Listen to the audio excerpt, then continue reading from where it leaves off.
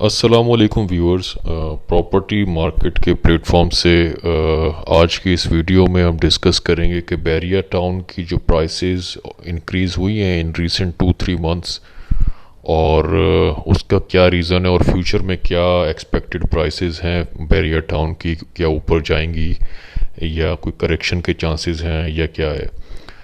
हम स्टार्ट करते हैं। सबसे पहले हम कुछ रीज़न्स वो देख लेते हैं जिसकी वजह से बैरिया टाउन की प्राइसेस इंक्रीज़ हुई हैं। सबसे बड़ा रीज़न जो जो प्राइस इंक्रीज़ का है वो बैरिया टाउन में होने वाली कंस्ट्रक्शन है।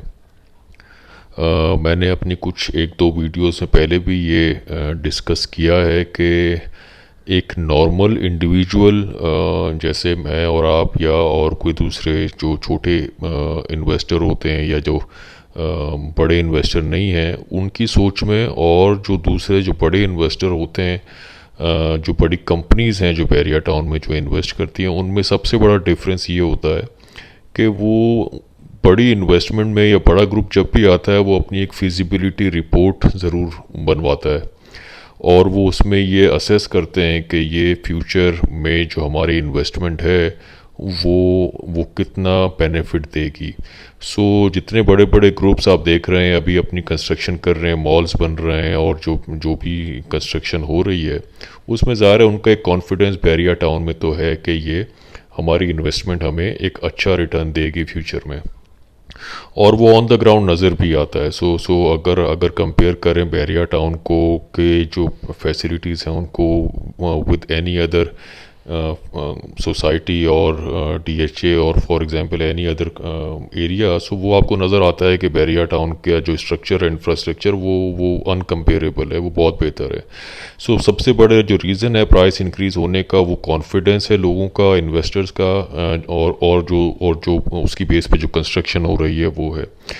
अच्छा, अभी कुछ कुछ सुनने में ये आता है, अभी भी कुछ लोग बात कर रहे हैं कि ये आर्टिफिशियल प्राइसेस हैं जो इंक्रीज़ हुई हैं और फ्यूचर में ये प्राइसेस शायद करेक्शन होगी। और ये तो देखें, प्राइसेस बैरिया टाउन की जहाँ होनी चाहिए आज भी वहाँ पे नहीं है। ये जो भी कराची में लोग रहते हैं वो इस चीज़ को बहुत अच्छे से समझते हैं कि 250 गज़ का प्लॉट प्रीसेंट 16 में, प्रीसेंट 7 में, प्रीसेंट 8 में आज भी आपको 1 करोड़ से कम में मिल जाता है।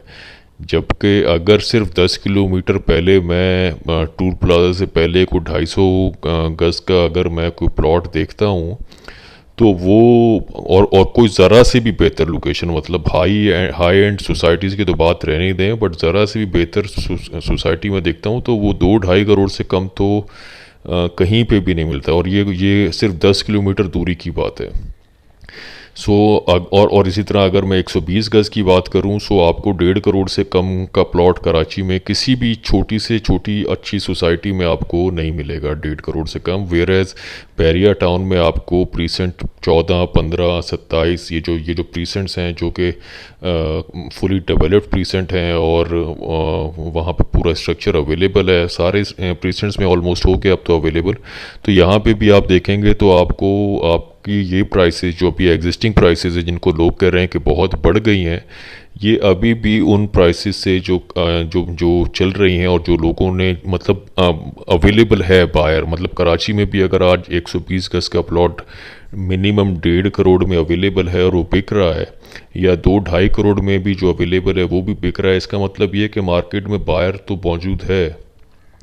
और अगर वही 2-2.5 करोड़ का बायर अगर बैरिया टाउन की तरफ आता है तो वो इस 2 करोड़ की इन्वेस्टमेंट में वो ऐसे 4-5 प्लॉट ले सकता है। इवन जिस प्राइस को हम कह रहे हैं कि बहुत इंक्रीज प्राइस है, उसमें भी वो आज बड़ी इन्वेस्टमेंट कर सकता है, और वो सबको पता है कि वो रिटर्न जो है वो आने वाले वक्तों में उसको यहाँ पे नज़र आएगा। प्राइसेस में करेक्शन, अगर आप मेरा एनालिसिस देखें तो मुझे कोई करेक्शन और नीचे आती हुई नज़र नहीं आती हैं प्राइसेस।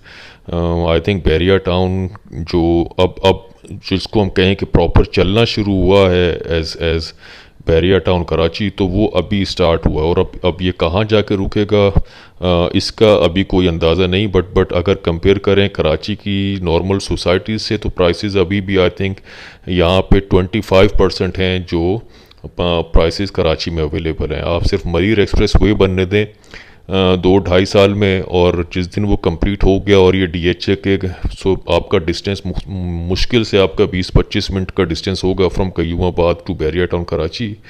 तो आप देखेंगे कि ये प्राइसेस मेरे ख्याल से आज से 2 साल बाद जहाँ आज हैं ये डबल होती हुई नज़र आ रही हैं। सो जो लोग पैनिक में हैं और जो लोग अपने ये समझ रहे हैं कि प्राइसेस शायद बहुत बढ़ गई हैं, बस अब बेच दो, तो मेरी एक एडवाइस उनको ये है कि वो अभी होल्ड करें।